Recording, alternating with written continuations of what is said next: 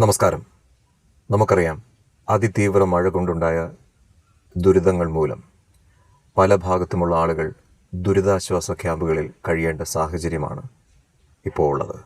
എന്നാൽ ദുരിതാശ്വാസ ക്യാമ്പുകളിൽ പോലും പോയി നെറുകെട്ട രാഷ്ട്രീയം കളിക്കാൻ ഒരു CPM നേതാവ് മുതിർന്നത് അങ്ങേയറ്റം പരിഹാസ്യം മാത്രമല്ല, അങ്ങേയറ്റം വേദനാജനകവുമാണ്.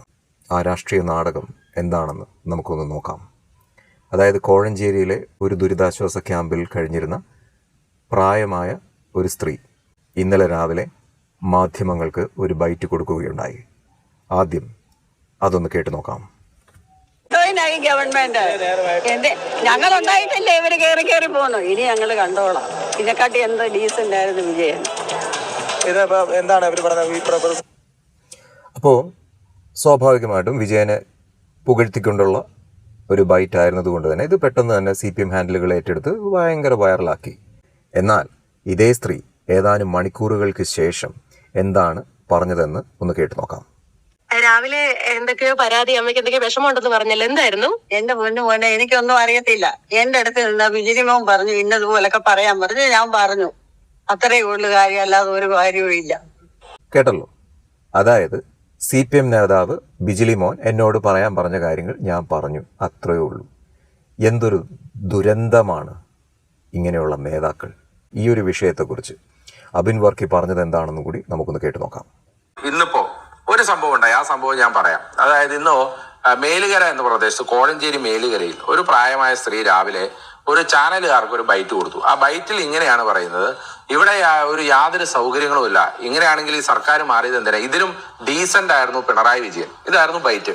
ഞാൻ നോക്കിയപ്പോൾ രാവിലെ തൊട്ട് പല ആളുകളും എന്നോട് പറഞ്ഞു ഇങ്ങനെ പിണറായി വിജയനെ കുറിച്ച് നല്ലത് പലരും പറഞ്ഞല്ലോ. അപ്പൊ ഞാൻ പറഞ്ഞു നമുക്ക് കുഴപ്പമില്ല, പക്ഷെ അത് വിമർശിച്ചുകൊണ്ടാണ് പറഞ്ഞത് എന്നൊക്കെ പറഞ്ഞ് വ്യാപകമായി സോഷ്യൽ മീഡിയയിൽ പ്രചരിക്കുന്നുണ്ടെന്ന് പറഞ്ഞ് ഞാൻ വൈകുന്നേരം നോക്കിയപ്പോൾ വ്യാപകമായി CPM അണികൾ ഇട്ടിരിക്കുന്ന പോസ്റ്റാണ്. അതാ നോക്കൂ, പിണറായി വിജയൻ ഉണ്ടായിരുന്നെങ്കിൽ എന്താകുമായിരുന്നു, ഇപ്പോഴത്തെ അവസ്ഥ എന്താണ്. ഇതായിരുന്നു ഇന്നത്തെ ക്യാമ്പയിൻ. ഞാനിത് പരിശോധിച്ചു കഴിഞ്ഞ് വൈകുന്നേരം മറ്റൊരു പോസ്റ്റ് കാണുകയാണ്. ഇതേ പറഞ്ഞ അതേ പ്രായമായ സ്ത്രീ പറയാണ്, എന്റെ അടുത്ത് നിന്ന ഒരു മോൻ, ആ മോൻ പറഞ്ഞിട്ടാണ് ഞാൻ അങ്ങനെ പറഞ്ഞത്. ഞാൻ ആ ആളെ കുറിച്ച് അന്വേഷിച്ചപ്പോ ആ ആള് ഒരു പ്രഖ്യാപിത എന്നുള്ളതല്ല, ഏറ്റവും എസ്റ്റാബ്ലിഷ്ഡ് ആയിട്ടുള്ള ഒരു CPIM-ന്റെ നേതാവാണ്. എന്ന് പറഞ്ഞാൽ ഒരു ദുരിതാശ്വാസ ക്യാമ്പിൽ പോയി ഒരു പ്രായമായ സ്ത്രീയെ, പാവപ്പെട്ട പ്രായമായ സ്ത്രീയെ പറഞ്ഞ് കുത്തിത്തിരിപ്പുണ്ടാക്കി ഈ സർക്കാർ മോശമാണെന്നും ഈ ദുരിതാശ്വാസ ക്യാമ്പിൽ ഒന്നും നടക്കുന്നില്ല എന്നും പറയപ്പെടുന്ന രാഷ്ട്രീയം, ആ രാഷ്ട്രീയത്തെ കുറിച്ച് എനിക്ക് എന്ത് പറയാൻ സാധിക്കും? ഞാൻ അതിനെക്കുറിച്ച് ഇപ്പോൾ ഒന്നും പറയുന്നില്ല.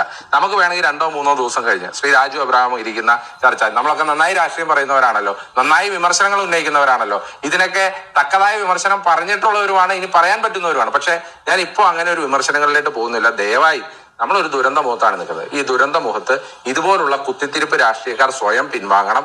ആ ദുരന്തത്തെ നേരിടാൻ നമുക്ക് കേൾപ്പുണ്ട്, നമ്മളത് സർവൈവ് ചെയ്യും. കൂടുതലൊന്നും പറയാനില്ല.